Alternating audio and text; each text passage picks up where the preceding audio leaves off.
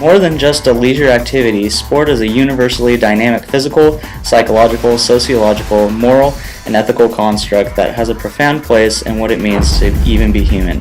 Therefore, when we apply new technology to alter the sporting world, we are not only changing the nature of the game, but are also making a statement about what is valuable about being human.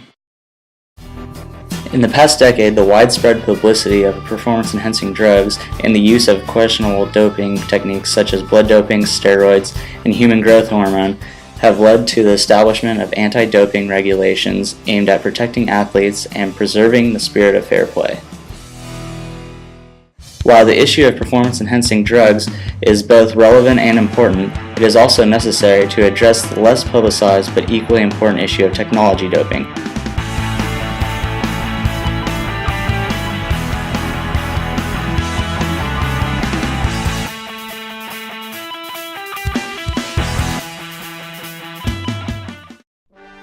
There was a time when technology and equipment had very little impact on the sport. In the Olympics, as you may recall, the athletes who participated in ancient Olympic Games did so in the nude using implements such as disci that were both off the rack and shared among the competitors.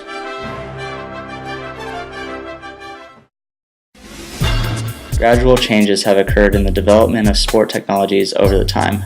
However, in the past century, there have been drastic advancements in sport-related technology that have greatly influenced the face of elite sporting competition today. The desire for the newest and best sports technology available has given rise to an incredibly large and lucrative market. Initially, since enhancement sports equipment is so expensive, only the elite athletes have access to the new products that have been enhanced. However, changes in technology do affect what later becomes available to amateur athletes and the public. The amateurs will naturally want to follow the elite athletes, so anything that they see in elite competition they'll want, so it will drive technology that way. It will also kind of promote the sport as a whole, bring more money into the sport, and as more money comes in, more technology will become available, and that will naturally filter down. The spending power of sports fans goes far beyond the purchasing of sports equipment. Spectator spending was estimated to generate about $26.17 billion. This is the second largest component that comprises the estimated $194.64 billion spent on sports each year. The people who pay to see the sport competitions want the excitement of high-scoring contests or record-setting performances. People expect to see records, particularly in 100 metres at the Olympics. If you get to the stage where a record hasn't been broken for 20 years, people might start to lose interest in these sports. It is this idea of competitiveness that keeps fans returning to the stadium and buying tickets, the revenue from which supports the athletes and the teams. The everyday sports spectator is part of the cycle advancing the technology in sports. As enhancements are made to sport equipment, it allows athletes to compete at a higher level. With the increase in performance, fans' expectations of an athlete's performance level also increases. These expectations put pressure on the athlete to perform at the new expected level of playing. The athletes then have a demand for new enhancements to perform at this level. This demand causes sport equipment engineers to create enhancements to the already existing sports technology, thus causing the cycle to repeat. As a controversy with performance-enhancing drugs has progressed through the years, the integrity of sports has frequently been called into question. The new advances in sporting equipment may further contribute to the overall skepticism of sports value. The philosophy of sport is the concept that on any given day, every athlete participating in a competition has a chance to emerge victorious. Should the fans believe that an advantage has accrued to one competitor or another, their interest will diminish to the determinant of all. Conversely, fans not only want to watch a close match, but they also want to witness history being made. Since the public is the revenue generator supporting sports, if there is no spectacle, there is no sport. Technology enhancements can also become a problem politically. More technologically advanced countries would have an immense advantage over countries with less availability to technological equipment. There isn't really such a thing as an even playing field. But everybody comes in completely different. Everyone has different genes, different backgrounds, different amount of money supporting them. So the whole concept is a little bit outdated. That concept is probably maybe sort of 100 years old, back then people would kind of come in and say, you shouldn't train, you should just come in, you should be naturally good, and that doesn't really exist anymore.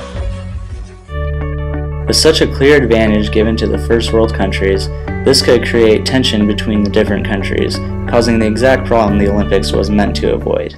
The World Anti-Doping Agency currently takes a very militant stance against doping that reflects the general sentiment in sports that doping should be completely eliminated. However, with such fundamental economic, cultural, and ethical issues at stake, the discussion of doping is far more complex than the WADA makes it seem.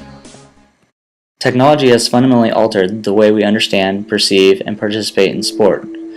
And with huge potential for technological advancement in the future, it would be naive to believe that all doping could be stopped.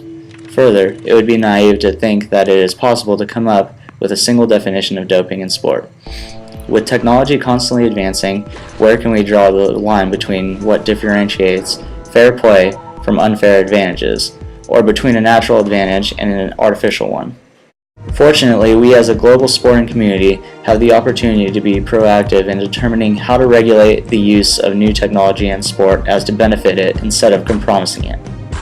To address this problem, we first need a fundamental reevaluation of our deeply skewed view of doping in sport. The first step towards regulation would be raising the importance of the issue to the general public and to governing bodies in athletics, primarily the World Anti-Doping Agency. With careful analysis and forethought, it would be possible for the WADA and other institutions to institute general guidelines for the inclusion of new sporting technology into competition. Issues of sporting technology could be petitioned to the WADA and other governing agencies on case-by-case basis, and ultimately an informed policy would be decided upon on how this technology could be integrated. Knowledge isn't necessarily there. As these sports build up more knowledge kind of within their governing bodies and within their academic body, there'll be more steps to control things. If you don't fully understand, then it's hard to control. So, for example, the International Tennis Federation spend a lot of time monitoring equipment, trying to predict what's coming next.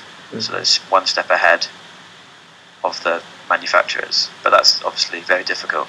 By presenting the issue of technology doping to the WADA as a neutral issue with the potential for both harm and good, we can avoid the warlike ideology of current doping practices. Yeah, I think technology should be allowed and should be kind of improving continuously. Otherwise, I think things will eventually reach kind of a limit, and it'll be hard to push that.